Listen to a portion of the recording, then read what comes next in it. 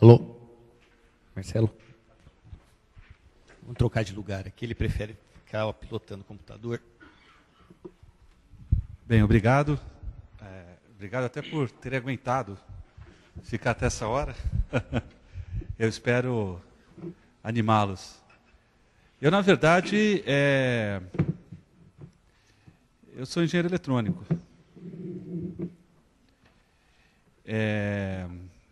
E caí aqui meio de paraquedas. Eu queria agradecer ao BAFA e ao professor Zago, porque nós estávamos justamente na reitoria discutindo a questão dos nossos novos núcleos de apoio à pesquisa USP, e o professor Zago anunciou que aqui em Ribeirão vai haver esse grande polo de tecnologia. E eu falei, olha, professor Zago, na Escola Politécnica nós desenvolvemos muitas tecnologias assistivas. Então você vai para lá. E aí eu estou aqui hoje. Né? Pois é. Bem, eu estou fazendo 25 anos de USP e a gente trabalhou ao longo desses 25 anos em várias tecnologias que estão aí na sociedade. Provavelmente a primeira conexão de internet do Brasil nós fizemos lá em 82 e a gente recebeu uma bronca enorme do reitor, porque na época era ligação interurbana para Chicago e veio uma conta para a USP de $10 mil. E a gente usa a bronca e a conta como prova que essa era a primeira conexão de internet. O fato a doutora Célia Leão falou muito bem, 1981 foi um ano muito especial para a humanidade, porque foi o ano que o primeiro microcomputador foi desenvolvido pela IBM. Isso, basicamente, o nosso grupo de pesquisa considera isso um delimitador de era. Foi o momento que a humanidade saiu da era industrial e entrou na era da informação. E eu vou falar de tecnologias assistivas dentro de uma visão muito específica que o nosso grupo tem. A gente sabe que, hoje, o engenheiro ele faz engenharia e o médico faz engenharia reversa. Ou seja, a gente olha um corpo e a gente tenta fazer a engenharia reversa do que Deus criou. Quer dizer, nós somos produto aqui de milhões de anos de evolução, talvez por uma casualidade estatística, mas o fato é que nós somos um sistema muito complexo. E o médico, então, ele vai desmontando esse sistema, ele tenta entender, né? E cada dia que passa, essas tecnologias vão evoluindo. Então, próteses artificiais, a genômica, existem várias tecnologias que começaram a se desenvolver mais rápido a partir do desenvolvimento da tecnologia da informação. E nós, engenheiros, a gente faz o contrário, né? Eu peguei aqui a foto de um chip e eu estou tentando mostrar a complexidade para vocês. Talvez nesse outro slide a gente possa ver melhor e fazer uma analogia com a área médica, né? Meu pai, ele fez o primeiro chip no Brasil em 74, vocês imaginem. Hoje o Brasil não tem essa indústria de semicondutores. O Brasil é provavelmente o maior exportador do mundo de silício em estado bruto, que é o famoso cristalzinho de quartzo. Para vocês terem uma ideia, a gente exporta a tonelada do óxido de silício por $250 a tonelada. E a gente reimporta isso no Brasil, na forma de chip processado, 10 a sexta a mais. Ou seja, de $250, a gente importa isso por $250 milhões. Esse consumo recente de eletrônica tem sido um dos grandes vilões da nossa balança comercial. O Eduardo falou de um déficit de 3 bi em insumos médicos. O déficit nosso na balança comercial de eletroeletrônicos passa de 25 bi. E nesse momento econômico ele está crescendo 25% ao ano. Isso justifica que a gente eventualmente tem que ter essa indústria aqui. É um pouco mais complicada a situação, porque nós não temos no Brasil, com exceção da Embraer, nenhuma empresa de alta tecnologia. Eu não considero nem a Petrobras uma empresa de alta tecnologia, porque, convenhamos, todas essas plataformas elas são compradas lá fora em Singapura. Mesmo um governo que há 8 anos briga por isso, não consegue reverter essa lógica. E essa é uma dificuldade nossa. Para vocês terem uma ideia, na década de 80, fazer um chip era usar aqueles elementos da tabela periódica em azul. Em 2000, são praticamente todos os elementos da tabela periódica. A única diferença do chip para o corpo humano é que o corpo humano é baseado principalmente em carbono, oxigênio e hidrogênio. Enquanto o chip ele é baseado em silício, que por grande coincidência é também um material tetravalente, o que traz várias possibilidades de uso dessas tecnologias na simbiose humano-computador. Eu vou discutir isso um pouco mais para frente. Isso daqui é a foto de um transistor, tá? Em 2005. Em 2005, um transistor ele tinha a dimensão do vírus da gripe. Em 2009, a dimensão do diâmetro da helicoidal de DNA. E esses transistores estão ficando cada vez menores. Isso permite que, desde 2006, por exemplo, nós consumimos mais transistores do que grãos por ano. Se vocês pensarem em tudo que vocês comerem no ano, de arroz, feijão, soja, e contarem quantos transistores eu tenho no meu laptop, no meu celular, o meu relógio solar, a minha caneta eletrônica, tem muito mais transistor aqui do que tudo que eu como de grão por ano. Isso traz uma outra perspectiva, que na sociedade da informação, você começa a ter várias tecnologias que estão evoluindo, agora não mais num crescente linear, mas num crescente exponencial. E aí nós temos alguns efeitos sociais, né? Quando nós falamos de acessibilidade, hoje nós estamos falando de 20%, 30% da população. Mas a gente não pode se esquecer que, nesse momento da humanidade, no Brasil, por exemplo, a gente descobriu a fórmula da vida eterna. Por quê? Faz uma década que, para cada ano que a gente vive, a gente está ganhando um ano de expectativa de vida. Não é isso? Se vocês pegarem o IDH do Brasil na última década, pulou, por exemplo, para as mulheres, de 62 para 72 anos. Em uma década, crescemos 10 anos de expectativa de vida. Com as tecnologias que estão surgindo aí, genômica, com as tecnologias eletrônicas, a gente acaba percebendo que as pessoas que estão morrendo, principalmente, elas morrem de acidentes. Elas não morrem de velhice. É difícil você, num velório, daquela pessoa que morreu com 90 e tantos anos, morreu, coitadinha e tal. Você vê que a grande incidência de óbitos são por acidentes. Essa singularidade, atrelada a uma outra singularidade, que é o decaimento dramático do índice de fertilidade feminino no Brasil, vai crescer uma situação que daqui exatamente 10, 15 anos, 20 anos, e nós vamos viver essa geração no Brasil, a pirâmide populacional brasileira vai ser igual ao do Japão.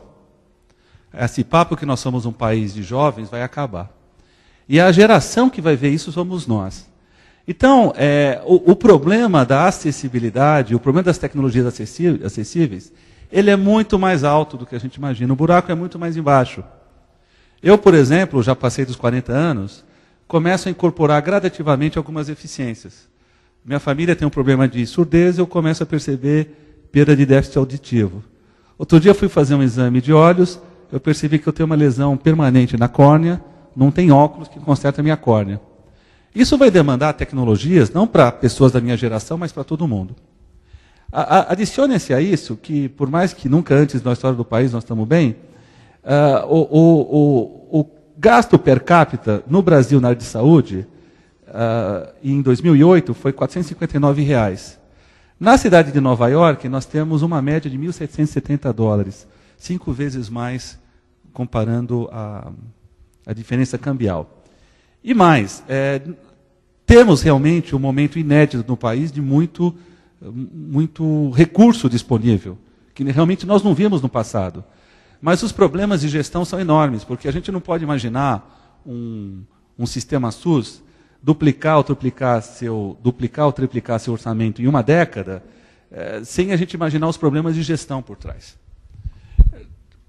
Dentro desse panorama, desse contexto, o ano passado, a Pró-Reitoria de Cultura criou um programa que eu considero um salto enorme em termos de maturidade das universidades brasileiras, que são os programas horizontais de pesquisa. Até então, se a gente pensar uma USP, uma Unicamp, o Sistema Paulista de Universidades, você tem uma grande árvore, que é o departamento. Eu estou lá nos confins de um departamento da eletrônica, da Escola Politécnica, e para conhecer o BAFA aqui nessa universidade, são 256 departamentos, né? Então é praticamente impossível. Eu consegui encontrar o professor Bafa cruzando com ele na reitoria. A reitoria criou um programa novo, que são os programas matriciais, o que ocorre nas grandes universidades de elite norte-americanas, em que os professores podem ter programas horizontais, juntando medicina com engenharia, com filosofia e assim por diante. E foi muito legal que, quando houve o lançamento desse programa, a palavra que a gente mais escutou foi ousadia. O professor Zago até brincou e falou assim: sejam ousados, mas não se esqueçam da justa causa, né? Porque, é claro, ele é um juiz, né? Eu fiquei desanimar um pouco, a gente estava pensando em ser um pouco mais ousado. Mas, brincadeiras à parte, nós resolvemos criar um centro interdisciplinar em tecnologias interativas. Na verdade, a gente está querendo focar na relação humano-computador. A gente está falando de várias tecnologias assistivas, mas poucas delas, eu observei ao longo do dia de hoje, elas têm esse monstrinho chamado computador. E o computador está aqui tem um microprocessador rodando Linux, está aqui dentro, está no meu laptop, no meu celular. Os cidadãos comuns, eles percebem essa tecnologia na forma dos smartphones, desses gadgets. Mas vão por mim, eles vão estar em todos os lugares. A nossa estimativa é que, por humano, em uma década, nós teremos 10 computadores por ser humano. Daqui 2 décadas, nós estamos estimando da ordem de 500 a 1.000 computadores por ser humano no planeta Terra. Onde que eles vão estar? Controlando a cadeira de rodas, controlando o meu implante coclear, controlando, eventualmente, a minha lente de contato com o processamento de imagens de uma webcam embutida. E a gente chegou à conclusão que, para a gente sistematizar essa área, a USP precisava ter um centro. São poucos os centros que existem no mundo nessa área. Um dos mais conhecidos é o MIT Media Lab. Mas no sul do planeta, faltava um centro com esse perfil. E nós resolvemos criar o CIT, né? O foco do CIT é interação humano-computador, ou meios eletrônicos. Bem, a nossa ideia não é ficar brincando só de computador. Para a gente desenvolver tecnologias assistivas realmente bacanas, nós temos que pensar em novos materiais, na engenharia de usabilidade, no extremo da computação visual. Uma das coisas que a tecnologia humana não conseguiu fazer, a gente fala muito de olho hoje aqui, né? Visão. O olho humano, qual que é a resolução dele? Gigapixel. E por uma resolução incrível, o olho consome da ordem de 0,5 watt. Em termos de energia, a evolução humana levou a uma condição que o olho é um sistema extremamente sofisticado com consumo de energia mínimo. Os nossos alunos, nossos professores falaram: ótimo, então vamos tentar criar uma tela com a resolução do olho humano. Do ponto de vista de energia, nós dimensionamos que essa tela ia consumir 10 megawatts. 10 megawatts é a energia que a USP toda consome. E aí vocês vejam como nós humanos temos um caminho longo a ser trilhado no desenvolvimento dessas tecnologias. A gente não consegue hoje nem pensar em criar um sistema eletrônico com a resolução do olho humano. Agora, talvez a evolução dessas tecnologias não seja linear, seja exponencial, em função da circunstância que a gente vive na sociedade da informação. A gente resolveu propor um centro para existir durante 20 anos. Nós estamos interessados em pesquisar problemas fundamentais relacionados com o que a gente chama simbiose humano-computador. Se vocês olharem, muitos seres na natureza, eles têm relações simbióticas entre si para aumentar a sua perspectiva de sobrevivência e competição ao meio ambiente. E quando você tem uma relação simbiótica, você troca informação. Então, aquela história clássica da anêmona com o tubarão, eles trocam informação bioquímica. Agora, será que num futuro próximo a deputada Célia Leão não vai poder conseguir trocar informação com a cadeira de rodas dela e essa informação aumentar as suas perspectivas de sobrevivência? Isso é simbiose. É claro, a cadeira de rodas é burra, mas na hora que você coloca um computador lá dentro, ela fica inteligente. E aí esses dois seres inteligentes, trocando informação digital, bits, eles vão tentar aumentar suas perspectivas de sobrevivência. O computador vai evoluir, vai sofrer o que a gente chama de inovação tecnológica. E o ser humano vai aumentar sua perspectiva de sobrevivência e, eventualmente, cura. É o que a gente imagina, numa circunstância, num futuro próximo, de ter o que a gente chama do humano aumentado. Não é só a gente pensar na perspectiva da deficiência ou da necessidade de um recurso especial, mas pensar até um pouco em ficção científica. Você usar esses recursos para ficar mais forte, para olhar através da parede ou olhar através do corpo. A gente acha que esses são os domínios de problemas fundamentais que as técnicas interativas vão demandar na próxima década. E a gente acha que é importante a USP ter um centro de pesquisa com esse foco. Não só fazendo pesquisa básica, mas promovendo a inovação. Até porque nós estamos num país em desenvolvimento com um legado social muito grande. E para comprovar que a gente está convicto disso, nós vamos dar alguns projetos exemplos para vocês. Esse centro ele traz duas novidades também. A primeira ideia é think tank. Os think tanks são os elementos essenciais na formação das políticas públicas norte-americanas. Aqui no Brasil, a gente copiou os think tanks do ponto de vista político. Então, tem o Instituto Lula, tem o Instituto Fernando Henrique Cardoso, o Serra está pensando em criar um, Kassab. Ou seja, a classe política ela capturou essa ideia de trazer inteligência para o seio da universidade ou para instituições independentes, como a Fundap e outras, para formular política. Mas a gente, quando fala de política, fala dos vários domínios da atividade humana, inclusive a tecnologia.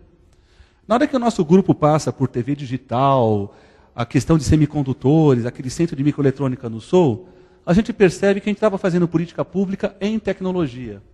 E faltava às universidades brasileiras think tankers com essa visão de tecnologia no Brasil. Então, o centro ele nasce com a ideia de think tank e também com uma outra ideia. Eu escutei você falando da dificuldade de prototipação, a gente traz a ideia de Fab Lab. Porque com essa revolução digital, nunca ficou tão fácil você prototipar coisas. Você compra agora, com pouco investimento, literalmente uma fábrica completa. E você não faz só protótipo. Você é capaz de fazer produtos em escala semi-industrial. Essas duas ideias norteiam o nosso centro. O Fab Lab, por exemplo, foi uma ideia do MIT, de um colega nosso chamado Neil Gershenfeld. E essa ideia de Fab Lab, por exemplo, está reformulando todo o ensino de engenharia. Porque antigamente tinha que levar os alunos para a fábrica. Hoje você tem fábricas na própria escola e você fabrica o que você quiser. Eu vou dar exemplos. Nós montamos o grupo com 10 pesquisadores da USP, e a gente imagina que cada pesquisador vai ter 6 alunos de doutorado e 2 de pós-doc. Então nós estamos imaginando aí um grupo de mais ou menos 100 pesquisadores envolvidos. A infraestrutura, né? Nós temos esse prédio que vai ser inaugurado esse ano, e dentro desse prédio a gente já está com a Fab Lab. É uma infraestrutura aí da ordem dos seus 3 milhões de dólares. Ela foi doada por uma empresa multinacional, que é a LG. E vocês não imaginam, a gente está fabricando o que vocês quiserem. Com a Sabesp nós estamos fazendo chip para fazer monitoramento de água. E tem o projeto da cadeira de rodas também. Se tudo der certo, se a FINEP aprovar, nós já estaremos fabricando pequenas séries de eletrônica embarcada em cadeira em 2012 ainda. Alguns projetos que a gente tocou e está tocando no centro, um deles é a rede Onconet. Né?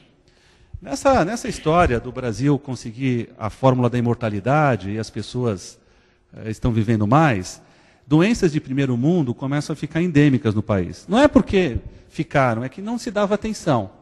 Então as doenças de alta complexidade, as doenças crônicas, as doenças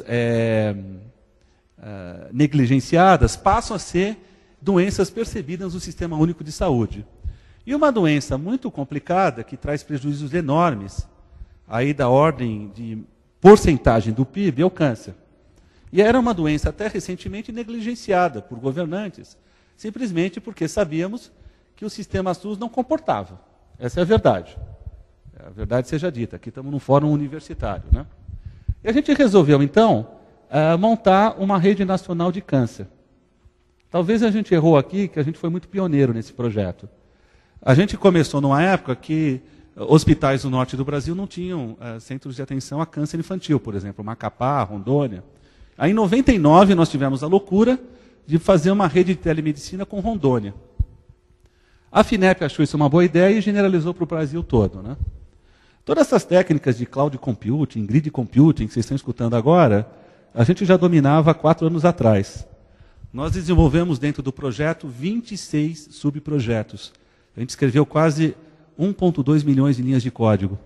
Softwares para simulação de realidade virtual em câncer, registro. Algumas dessas coisas estão incorporadas ao SUS aí. O Registro Nacional de Câncer do INCA foi feito com essa tecnologia e o sistema do cartão SUS do Estado de São Paulo, que suporta 48 milhões de pacientes, tem parte dessa tecnologia. A gente processa em tempo real a base do SUS em São Paulo. Foi, na verdade, construído um supercomputador de propósito específico. É um supercomputador que só tem RAM, só tem memória. Tem quase 1 terabyte de RAM, para poder processar isso em tempo real. Outro projeto nosso, e aí nós tivemos um apoio da Secretaria da Pessoa com Deficiência, nós constatamos que importar uma cadeira de rodas eletrônica custa da ordem de 8 a 10 mil euros, ou dólares. Aí nós tivemos uma ideia maluca que foi o seguinte: a eletrônica dentro disso ela é trivial, mas ela precisa ser feita. Já que ela é tão simples, por que ninguém nunca abriu essa tecnologia? A gente tem software livre, vamos fazer hardware livre. Né? Fizemos. E mais, convencemos uma empresa nacional a investir e fabricar, com um projeto aberto. Depende se a FINEP vai aprovar, vamos ver. Né? Tem que olhar para o governo aqui, né? Governo é legal, né? Porque quando a gente vai para o lado do governo, a gente pressiona, né?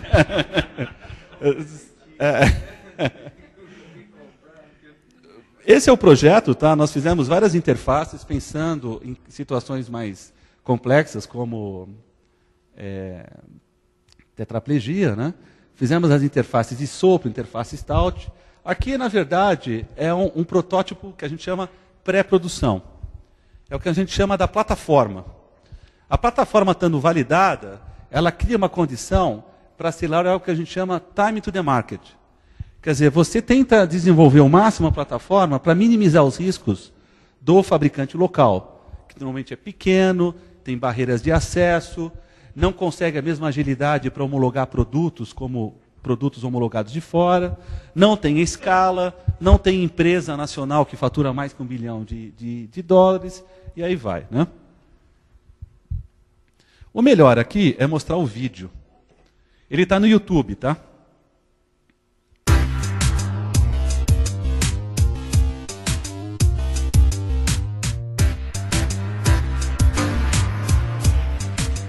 O LSI tem trabalhado com diferentes projetos de pesquisa e desenvolvimento de tecnologias assistivas, tanto para a reabilitação motora e cognitiva, como para auxiliar a autonomia de pessoas com deficiência. Para nós foi uma grande surpresa perceber que na área de acessibilidade, especificamente acessibilidade motora, no caso cadeira de rodas, não existia no Brasil tecnologia genuinamente brasileira que permitisse o acionamento eletrônico dessas cadeiras de rodas.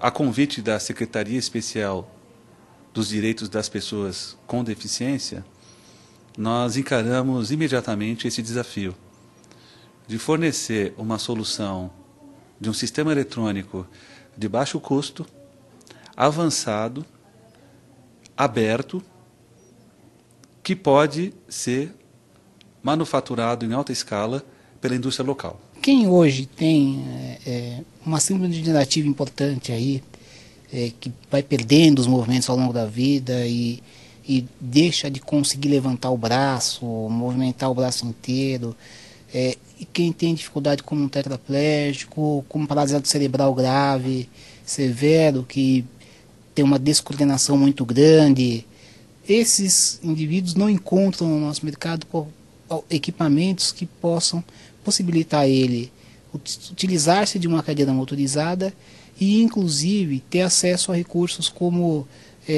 usar o computador através de um mouse remoto, que tem um outro tipo de interface de entrada que não é convencional. Esses projetos utilizam diferentes tecnologias, desde realidade virtual, realidade aumentada, até eletrônica.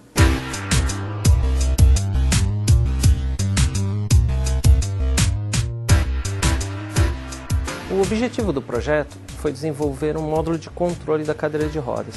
Ele funciona como se fosse o cérebro da cadeira.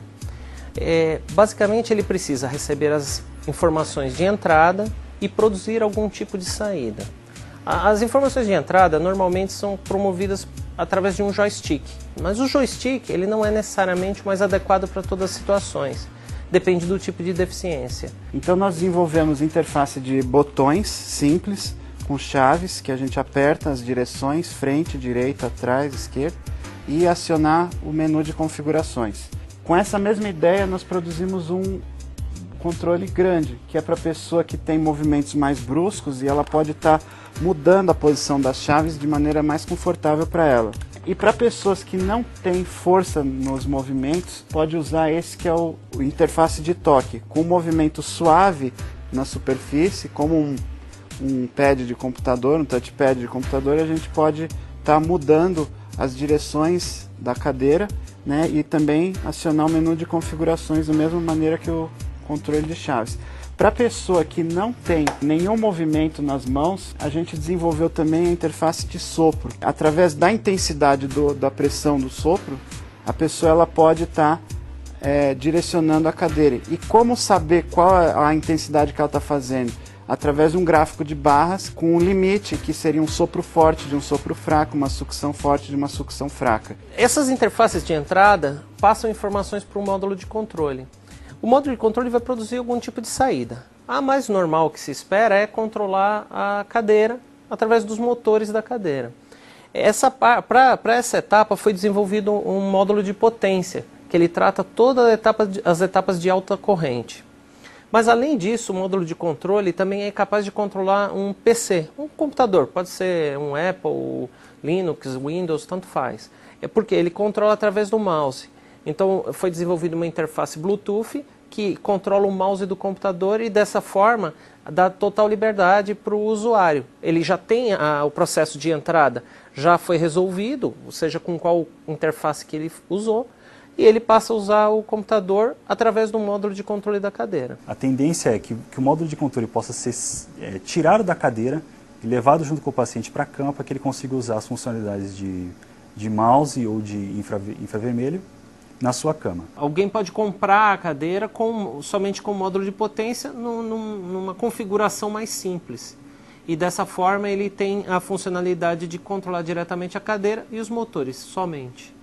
Outra função também bastante importante que foi desenvolvida é o tratamento de aparelhos eletrônicos, como TVs, DVDs, no qual o módulo de controle funciona como se fosse um controle remoto universal. Então você programa as funções que você deseja do seu controle remoto na cadeira e ela passa a controlar os seus aparelhos eletrônicos. O módulo pode controlar até 8 aparelhos com 5 funções cada. Ele pode operar no modo de gravação de códigos de infravermelho, no qual você aponta o controle remoto convencional e grava um código, e no módulo de reprodução desse código gravado. O nosso módulo ele tem 5 modos de direção. 4 deles são configurações pré-ajustadas e uma é uma configuração que o usuário ajusta.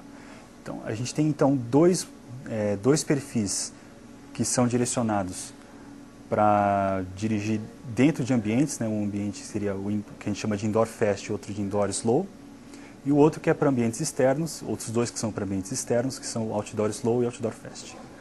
O perfil que é personalizável, você consegue ajustar os parâmetros de velocidade máxima e a curva de aceleração. Você pode usar o mesmo perfil outdoor fast, tanto com o joystick quanto com uma interface de sopro, uma interface de botões. A gente pôde desenvolver esse trabalho junto com uma equipe multidisciplinar. Então, além de nós, engenheiros, estarmos por trás dessa tecnologia, manuseando essa tecnologia, a gente também pôde envolver as pessoas que são especialistas em acessibilidade e os terapeutas que trabalham diretamente com os usuários finais da cadeira. E através disso a gente consegue desenvolver então dispositivos que atendam mais às necessidades dos pacientes, que estejam mais voltados à realidade, à verdadeira necessidade deles. Eu trabalho com um perfil de doença que se chama distrofia muscular e nessa doença específica as pessoas perdem a marcha em determinada fase da doença e uma cadeira de rodas motorizada acaba sendo um dispositivo de muita importância na vida desses pacientes. Por mais que a gente tenha acesso a equipamentos importados aqui no Brasil, que chegam cada vez mais no mercado brasileiro, esses equipamentos de mobilidade, eles não têm nenhuma isenção de imposto, então ele chega muito caro para o usuário final e a gente acaba não tendo ainda a possibilidade de ter assistência técnica adequada. Então eu acredito que esse projeto do LSI vem muito de encontro a uma tendência que é criar dispositivos mais baratos, mais acessíveis e que tenham usabilidade junto com o usuário. Então, eu me orgulho de falar que o LSI ele é parceiro da Abidin desde 2008 e vários produtos já foram criados dessa parceria, dessa oportunidade dos engenheiros irem ao centro de reabilitação, perceber a necessidade do usuário, ouvir os usuários e criar um produto que seja acessível. O envolvimento de estudantes de graduação e pós-graduação em projetos como esse é extremamente importante, tanto para o projeto quanto para esses estudantes. Quando a gente fala de um aluno de graduação, ele poder vivenciar uma situação real em que você tem um problema de verdade para resolver, faz com que a formação dele seja muito melhor. E aí a gente vai estar formando melhores quadros de profissionais. Por outro lado, os alunos de pós-graduação, envolvê-los nesse tipo de projeto permite que a gente consiga aumentar a taxa de inovação nos projetos, né? De você conseguir estar sendo mais rigoroso, buscando alternativas, fazendo pesquisas mais profundas. Então a gente só tem a ganhar envolvendo nos projetos de pesquisa e desenvolvimento na área de acessibilidade esses estudantes que a gente tem aqui, estudantes extremamente talentosos dentro da universidade. Então é muito importante envolver profissionais, pesquisadores, professores, mas principalmente envolver essa juventude, né, que atua nesse projeto e vai para o mercado levando todo esse conhecimento e esse preparo que eles desenvolvem aqui. Eu particularmente trabalho com desenvolvimento de tecnologias para auxiliar a reabilitação de crianças por meio de tecnologias motivadoras como softwares musicais, realidade virtual, realidade aumentada. E o que a gente pode perceber é que os pacientes eles têm muita necessidade, né? Eles têm muita vontade de fazer as coisas, mas ainda faltam recursos assistivos que possibilitem a interação desses indivíduos com a música e com a própria reabilitação. Então, quando a gente desenvolve dispositivos que favorecem para que o usuário possa utilizar essas tecnologias, então é muito gratificante, né? Além disso, melhora a qualidade de vida, aumenta a motivação, aumenta a satisfação desses pacientes. Tanto o código-fonte dos programas que a gente escreveu, quanto as placas e os esquemas elétricos das placas que a gente desenvolveu, eles são licenciados livremente e qualquer pessoa que queira modificar um design ou basear seu design nessas placas ou software pode fazê-lo. Para a parte final aqui da apresentação, além do projeto da cadeira de rodas, recentemente nós estamos aguardando esses novos editais, é um ano difícil, contingenciamento do FNDCT e assim por diante. Um projeto de pesquisa nosso é usar controle cerebral nessas cadeiras. Então começam a surgir, lá é a abordagem do professor Nicoleles, colega nosso, mas a gente acha que o Nicoleles às vezes é um pouco muito invasivo. Existem tecnologias, como a tecnologia de BCI, Brain Computer Interface, em que você pode usar essas tiaras. Essa tiara que a gente está usando, ela custa $300, e ela acabou de ser homologada na Alemanha como direção eletrônica para pessoas com deficiência. Então, uma pessoa com sem movimento algum ou com movimento parcial, pode tirar a carteira de motorista na Alemanha com uma tiara dessas. E a gente acha que ela ainda é meio tosca, ela é muito grande. A tendência é miniaturizar mais ainda. É uma questão de tempo essa tecnologia chegar. Outro projeto nosso interessante é o uso de realidade aumentada e virtual para reabilitação cognitiva. Nós temos algumas patentes aqui e 2 teses de doutorado, e a gente tem parcerias com a ACD e com a BEDIN. Nós temos resultados fantásticos usando a tecnologia na área de reabilitação motora. Esse vídeo aqui, deixa eu tocar.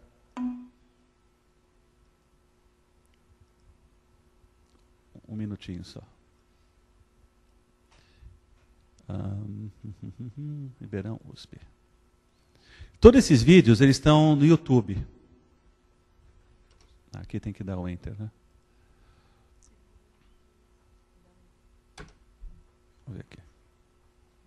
Até há pouco tempo, o virtual e o real eram muito distantes. Mas a tecnologia criou uma ponte entre esses 2 universos. Aumentou a realidade usando o virtual. Para entender...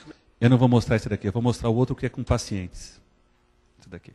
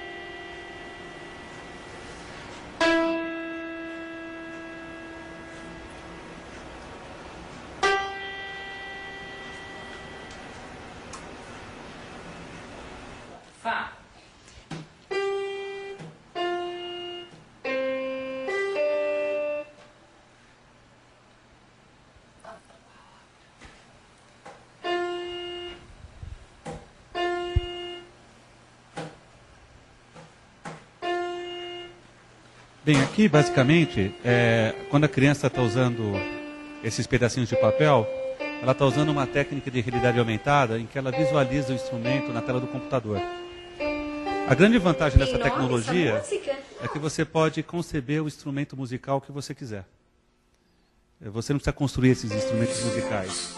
Então nós podemos lidar com praticamente qualquer dimensão da limitação muscular.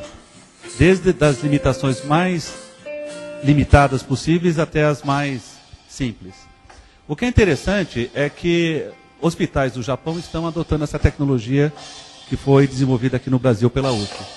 Então existe um hospital em Tóquio que colocou essa ferramenta em produção no seu centro de reabilitação. E agora nós estamos, através do Ciências Sem Fronteiras, tentando fazer o caminho reverso. Em vez de mandar cientistas para lá, tentar trazer cientistas deles para interagir com a gente. Para encerrar aqui,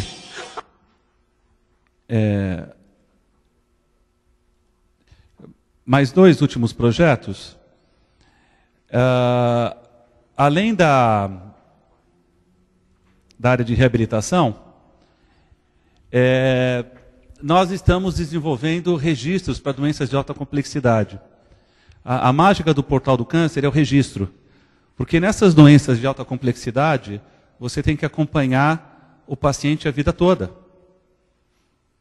E isso é muito difícil no atual modelo do SUS. Os pacientes se perdem no sistema. Você tem eventos, mas você não consegue acompanhar o paciente. Isso é verdade em câncer, isso é verdade em Alzheimer e muitas doenças raras, doenças atribuídas à questão da acessibilidade e assim por diante. Nós estamos desenvolvendo sistemas especialistas para registrar e rastrear esses pacientes no Sistema Único de Saúde. O caso que nós temos é o registro de fibrose cística e o registro de câncer infantil. A gente desenvolve chips também. Nós temos uma equipe de 40 projetistas de chip. É um programa federal vinculado ao Ministério da Ciência e Tecnologia. Foi interessante porque esse programa não podia estar em universidade, tinha que estar em CT, não vinculado à universidade. Então nós usamos nossa associação de apoio. São 45 projetistas e um produto que virou produto de mercado é um sistema de ECG com 12 canais. Ele foi inteiramente projetado no Brasil, fabricado em alta escala. Quando a gente faz o projeto do chip e manda fazer a fundição do mesmo, custa mais ou menos uns $100 mil mandar fazer a fundição. 3 meses depois chega uma caixa de sapato no seu laboratório com 150 mil chips lá dentro. Isso alimenta a nossa máquina de prototipagem por 2 meses. Dá para fazer 10 mil protótipos por dia. E isso vira um chipzinho dentro daquela maquininha lá. Tecnologia 100% nacional, com exceção da fundição do chip, que ainda não temos forjas no Brasil. Bem, o que eu queria falar é isso. Nós estamos, até recentemente, desenvolvendo essas tecnologias no LSI, que é um laboratório muito tradicional da USP, mas recentemente, com essa oportunidade que a USP deu de criar esses centros horizontais, você está conseguindo desenvolver no espaço da universidade projetos com forte abordagem interdisciplinar, atacando o que a gente chama da ponte da inovação, que é a pesquisa, o desenvolvimento, que foi citado, que é muito caro, e a transferência para a sociedade. E o caminho contrário. Você faz o PDB, né, pesquisa, desenvolvimento e benefício, mas você faz ao contrário. Uma pessoa pensa o benefício na sociedade, busca o desenvolvimento na universidade e induz a pesquisa básica. É isso daí. Muito obrigado.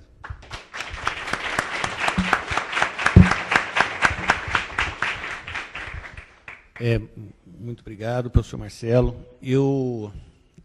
Dado o adiantado da hora, vou abrir para 1 ou 2 perguntas. Eu não sei se alguém se habilita.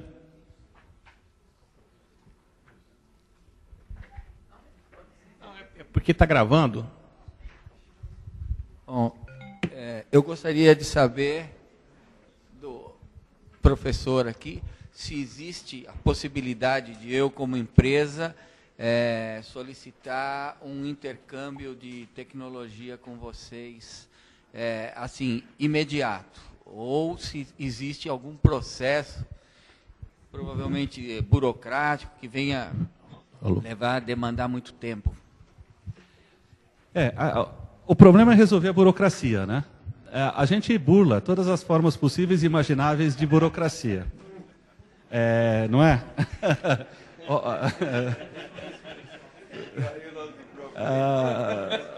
Continuou o nosso entrave. Eu achava que isso era um problema brasileiro, mas não é, viu? Eu aprendi isso com os professores norte-americanos. Na verdade, existe um programa específico no Estado de São Paulo para isso, que é o programa PIP-FAPESP. Na época que nós tínhamos intercâmbio com a Secretaria da Pessoa com Deficiência, nós fizemos gestões, a professora Linamara, para ver se fosse o caso de fazer uma linha específica do PIP-FAPESP, como foi criado na FINEP, mas não precisa. O que foi nos dito na FAPESP é que faltam demandas por bons projetos.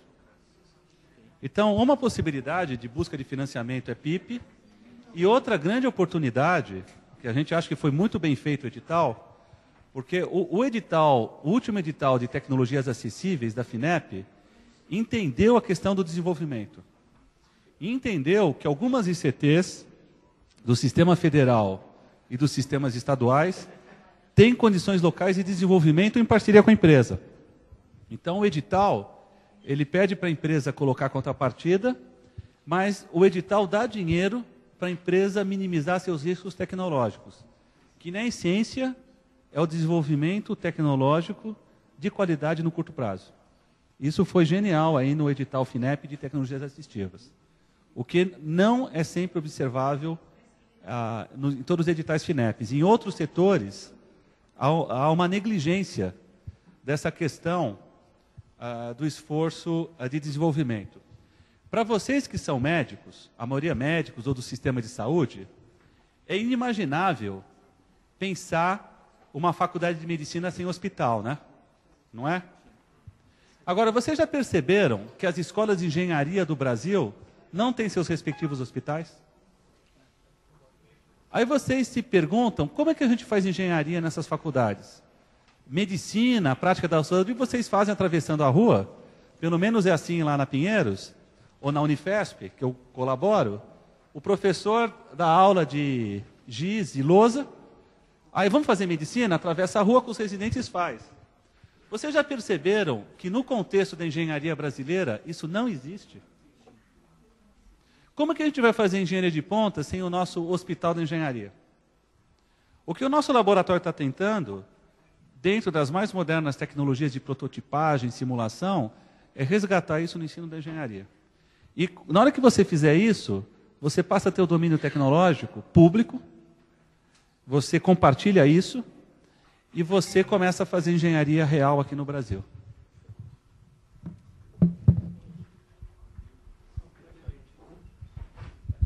Eu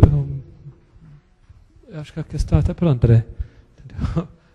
A ideia é que eu não sei qual que é a proposta inteira do polo tecnológico, mas até que ponto que ele vai ter um incentivo da incubadora de empresas trabalhar junto com as ideias da universidade e os parceiros que estão do lado de fora para incentivar, porque a gente percebe que a fala da professora Valéria foi justamente essa. A gente tem ideias, a gente tem coisas, a gente desenvolve, o professor Volpon também falou isso, a gente tem coisas que vão até fazer de prototipagem, entendeu? Mas não vão dali para frente.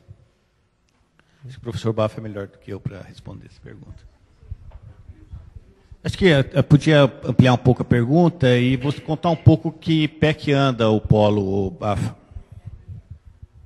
Eu acho que a resposta que a academia está dando para essa questão é justamente a criação desse espaço privilegiado em que você vai aproximar as empresas, né, emergentes, incubadas e até já em empresas grandes no mesmo ambiente. Como foi falado aqui pelo Robertson, a gente tem tempos diferentes, né? Os tempos da universidade são muito mais lentos, porque quando nós, professores, propomos um projeto de pesquisa, a gente está mais preocupado em treinar o aluno, em fazer com que ele aprenda alguma coisa e saia bem formado, do que efetivamente produzir um protótipo para amanhã, que é a demanda da indústria. Então, eu acho que a solução que a gente tem para isso é justamente nós criarmos esse espaço, né, e com isso aproximar os polos, os parques tecnológicos, eles têm que ser criados justamente em locais onde tem uma universidade de pesquisa, que gere conhecimento para que tenha esse fluxo de informação da academia para a empresa. É esse modelo que a gente está apostando. Obviamente que a gente não deve esperar o ideal, a gente tem que fazer hoje e amanhã. Então, o Marcelo está absolutamente correto que temos que curto-circuitar esses problemas todos que tem de burocracia, criar mecanismos que possam ser mais rápidos. Isso só vai ajudar nessa sinergia, nesse ciclo virtuoso que a gente espera ver acontecer, né? Também, só me permitindo completar, eu acho que muito desses entraves também já estão sendo resolvidos, né? Eu acho que a universidade é outra, ela está mais aberta, né? Essas discussões elas estão tomando corpo dentro da universidade. E no caso do polo tecnológico aqui, está previsto uma estrutura de apoio às empresas e de transferência de tecnologia institucional. Tá certo? Essa que talvez seja a resposta, né? Agora, tem um caminho para trilhar ainda.